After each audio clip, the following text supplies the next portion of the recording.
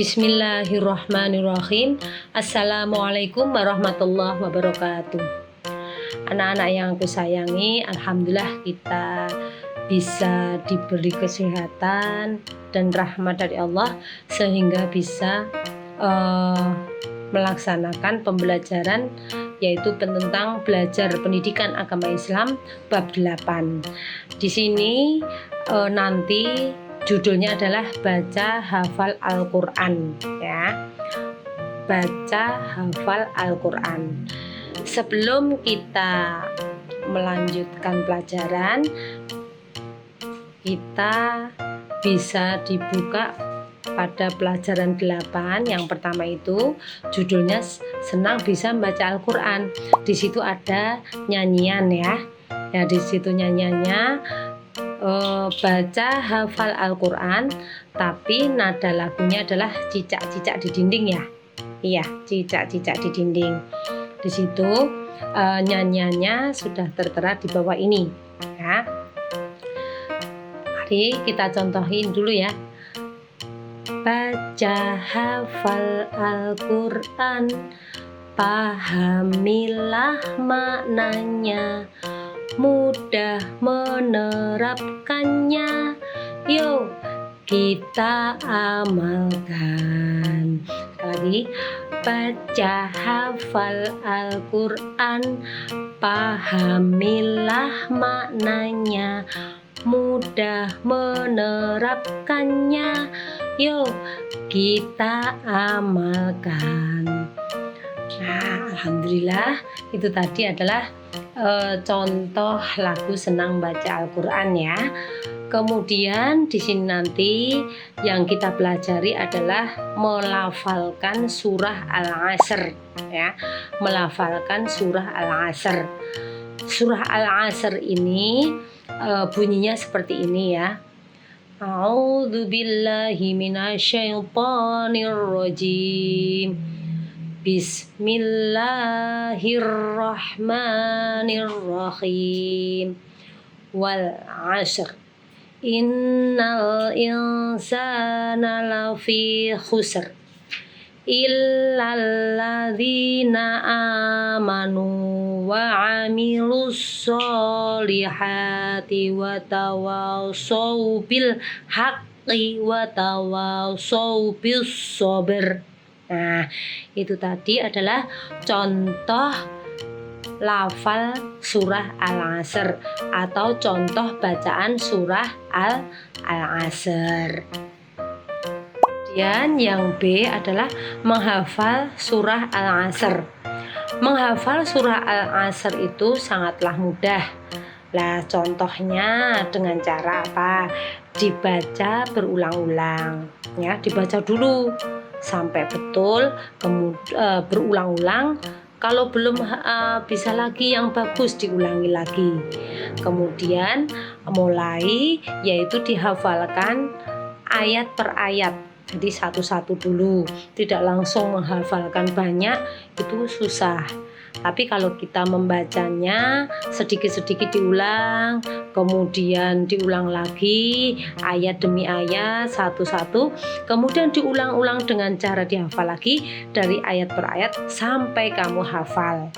Bisa kamu minta tolong sama kakak kamu, bisa minta tolong sama ayah, bunda, atau kakek nenek juga bisa, ya. Nanti dengan teman juga bisa. Kita cara menghafalkan satu-satu. Nanti kemudian ada yang membetulkannya. Nah, salahnya bacaannya di mana, diulang-ulang lagi. Kemudian bisa juga bergantian dengan teman untuk disimak, ya. Disimak itu insya Allah lebih mudah. Nanti kalau sudah bisa semuanya, baru dilanjutkan. Kemudian untuk C, yaitu pesan-pesan dari surah Al-Asr. Pesan dari surah Al-Asr artinya, Al-Asr, ya, artinya adalah waktu atau masa. Nah, surah Al-Asr turun di kota Mekah, ya. Surah Al-Asr turun di kota Mekah. Kemudian surah Al-Asr itu terdiri dari 3 ayat seperti yang tertera di atas tadi. Nah, surat Al-Asr adalah surah yang ke-103 di situ. Kemudian pesannya dari surah Al-Asr itu adalah bahwa semua manusia dalam keadaan merugi. Nah, ini masih koma ya, apabila tidak menggunakan waktunya dengan sebaik-baiknya.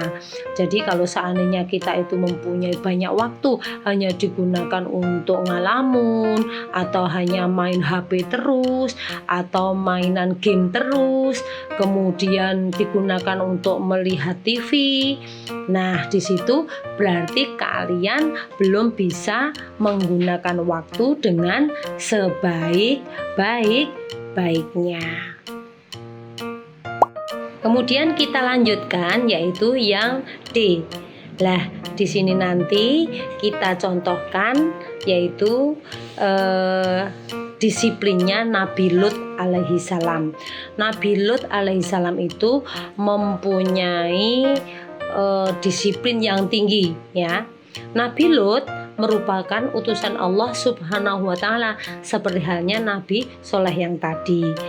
Tugas Nabi Lut alaihissalam adalah membimbing umatnya ke jalan yang benar ya. Nabi Lut itu membimbing umatnya ke jalan yang benar hanya untuk beribadah kepada Allah, kehidupannya itu. Jadi hidupnya Nabi Lut itu semuanya digunakan untuk beribadah kepada Allah. Yang nomor 3, dia selalu mengajak umatnya untuk meninggalkan perbuatan yang maksiat. Perbuatan maksiat itu adalah perbuatan yang jelek atau perbuatan yang tidak disenangi oleh Allah. Nah, di sini ada catatan, yaitu kita harus selalu disiplin dalam belajar ya, disiplin belajarnya.